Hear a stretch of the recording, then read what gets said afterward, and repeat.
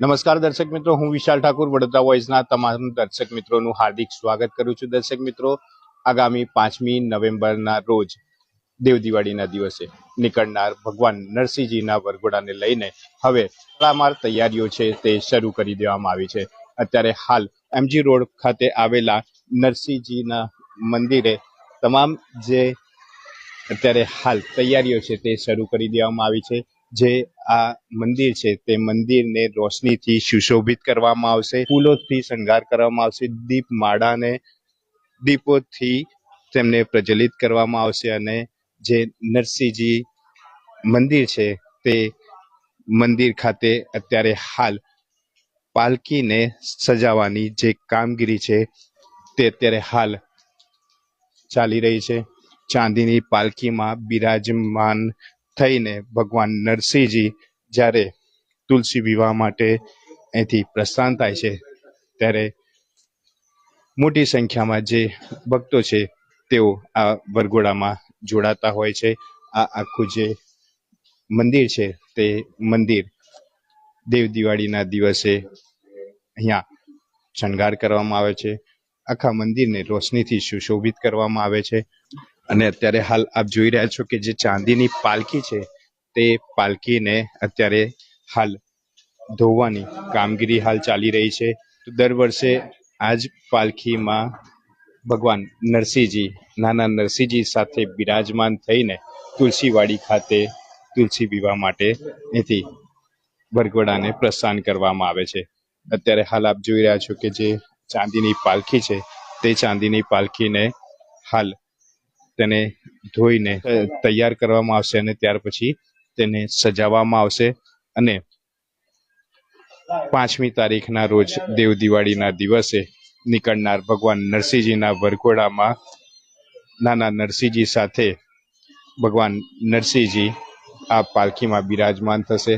અને એક ઇતિહાસ એવો પણ છે કે આ જે પાલખી છે એ પાલખી તમામ જે કહાર ભાઈઓ છે તેમના દ્વારા જ આ પાલખીને ઉચકવામાં આવે છે અને સાથે સાથે અહીંના એક કેટલાક ચમત્કારિક ઘટનાઓ પણ છે કે જેમાં પાલખીમાં જ્યાં સુધી નાના નરસિંહજી બિરાજમાન નથી થતા ત્યાં સુધી આ પાલખી અહીંયાથી હલતી પણ નથી. આવા કેટલીક ચમત્કારિક ઘટનાઓ છે તે પણ અહીંયા લોકોએ જોઈ છે, અનુભવી છે અને સાથે આપણી સાથે મંદિર પરિષદમાંથી પણ અનેક લોકો આપણી સાથે છે.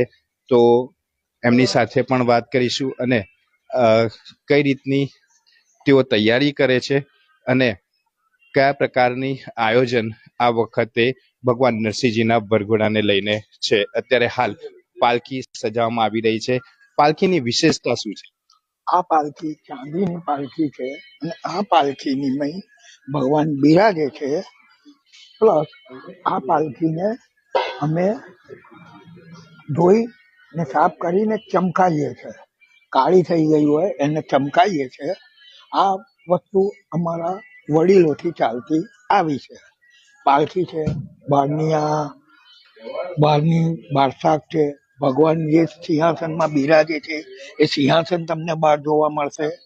એટલે આ વસ્તુ વર્ષોથી પરંપરા ચાલે છે એ મુજબ અમે કામ કરીએ છીએ. અંદાજિત પાલખીનું વજન કેટલું હશે? પાલખીનું વજન તો લગભગ 30 કિલો જેટલું, 30 થી 40 કિલો જેટલું વજન ખરું છે. આમ પાલખીને માટે ઉચકવાની એક વિશેષતા એ પણ છે કે કહાર સમાજ દ્વારા જ આ પાલખીને ઉચકવામાં આવે છે. એનું મહત્વ શું છે? કોઈ બી પાલખી કે ડોલી ઉઠાવવાનો જે શું કે છે એને ઉઠાવવા માટે જે રિવાજ જે છે એ હક કહાર લોકોને જ આપેલો છે. એવું છે, એ કહાર લોકોને જ આપેલો છે. એ લોકો જ આવી આ વસ્તુ કરે છે. પાલખી રોકવા માટે પહેલવાન આવે છે કે જે પાલખીનો ફોર્સ હોય ને આપણા જેવાથી રોકાવાય નહીં. પહેલવાન ઊંચી કરીને રોકે તે એ જગ્યાએ રોકાય છે.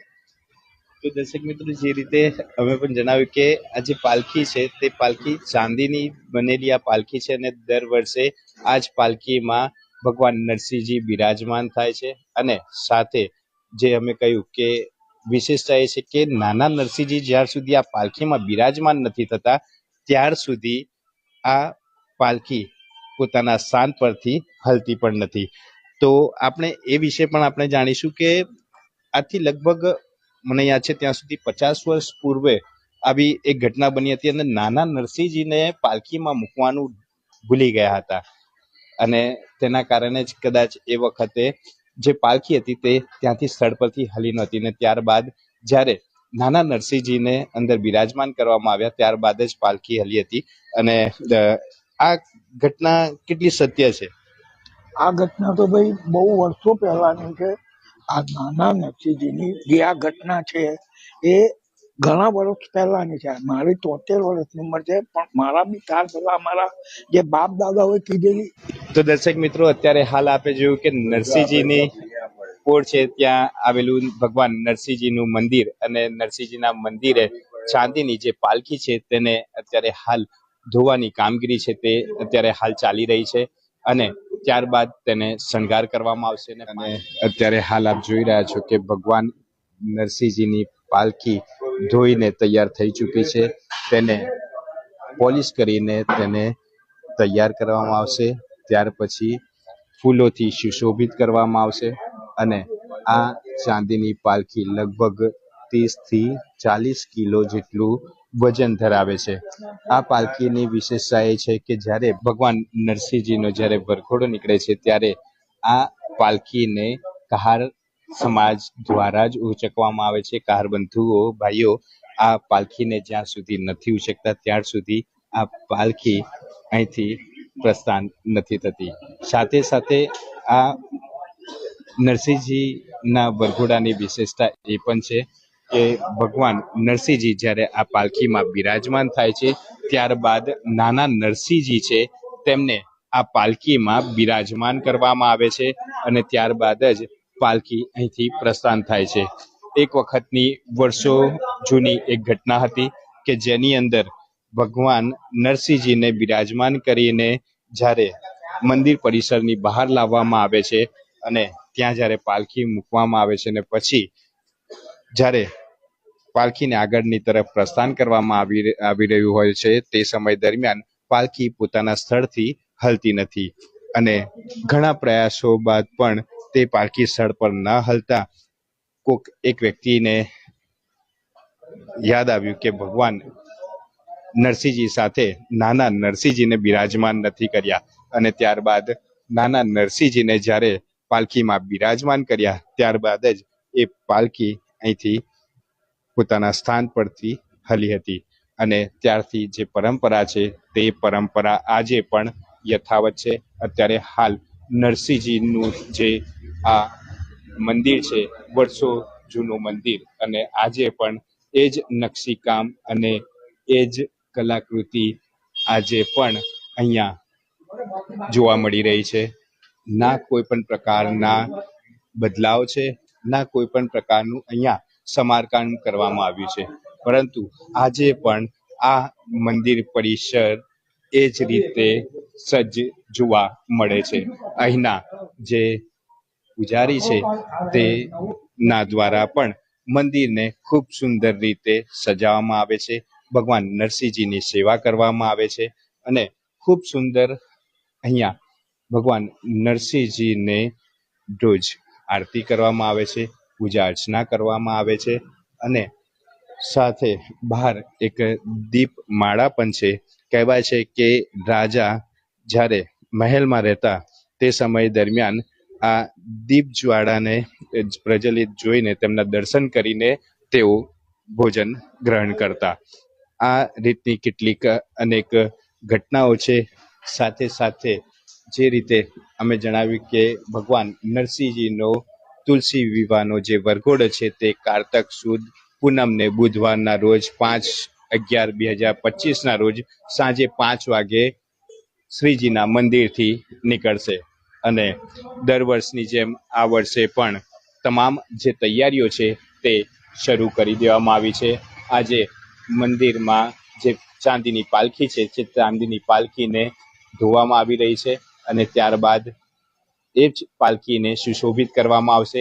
ભગવાન નરસિંહજીને એમાં બિરાજમાન કરવામાં આવશે અને સાથે નાના નરસિંહજીને બિરાજમાન કરવામાં આવશે. ત્યારબાદ ભગવાન નરસિંહજીનો વરઘોડો છે તે અહીંથી પ્રસ્થાન થશે. અને જે રીતે અત્યારે હાલ વડોદરા શહેરના MG રોડ ખાતે આવેલા નરસિંહ મંદિર છે તે નરસિંહ મંદિરને હવે ધીરે ધીરે લાઇટોથી સુશોભિત કરવામાં આવશે, ફૂલોથી શણગાર કરવામાં આવશે અને ખૂબ સુંદર જે આયોજન છે તે મંદિર પરિસર દ્વારા સાથે સાથે નરસિંહજી બોર્ડના તમામ સભ્યો આગેવાનો દ્વારા આ આખી જે તૈયારીઓ છે તે તૈયારીઓને ખૂબ સુંદર રીતે કરતા હોય છે. તો આવો 5મી તારીખના રોજ સાંજે 5 વાગે ભગવાન નરસિંહજીના વરઘોડામાં આપણે સહભાગી થઈએ અને દર વર્ષની જે પરંપરા છે તેને જાળવી રાખીએ. વડોદરાથી રવિ કંસારા સાથે વિશાલ ઠાકુર, વડોદરા વોઇસ.